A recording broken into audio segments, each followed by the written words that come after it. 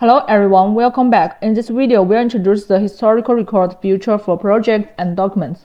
During the design process, you may make many changes to your project. If you want to review previous versions or restore an earlier state, you can use the historical record feature. Let's see how it works. First, go to File, Historical Record from the top menu bar. Alternatively, you can click the cloud scene icon in the upper right corner to quickly open the history list. Here, you can view the save history of your project or document, including the save time and revision records. Select any historical version to review its contents.